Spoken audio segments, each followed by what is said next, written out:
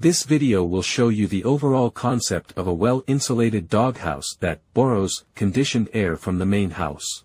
It is thermally broken, and achieves approximately a 40-degree shift from the outside temperatures. It receives air through this 4-inch pipe with a backflow preventer to block odor. The fan draws little current but will add load to the home's HVAC.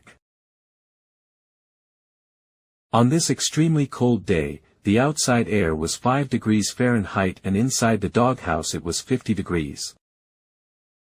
Construction began with an outer shell. Layers of foam are added to create a thermal break. Then an inner shell is installed to sandwich the insulation and protect it. You can make your own door, but it's much easier to buy one from a pet store. I continued the framing with beams to incorporate a front porch. A window makes a nice feature as well.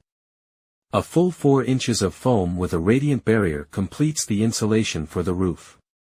I used lots of leftover materials, to help keep costs down on the construction. Once on site, cedar shakes and a tin roof completes the look and should last a very long time with little maintenance. Using this concept you can make a very comfortable home for your dog for a minimal energy cost. Here's the happy customer. Thank you for watching.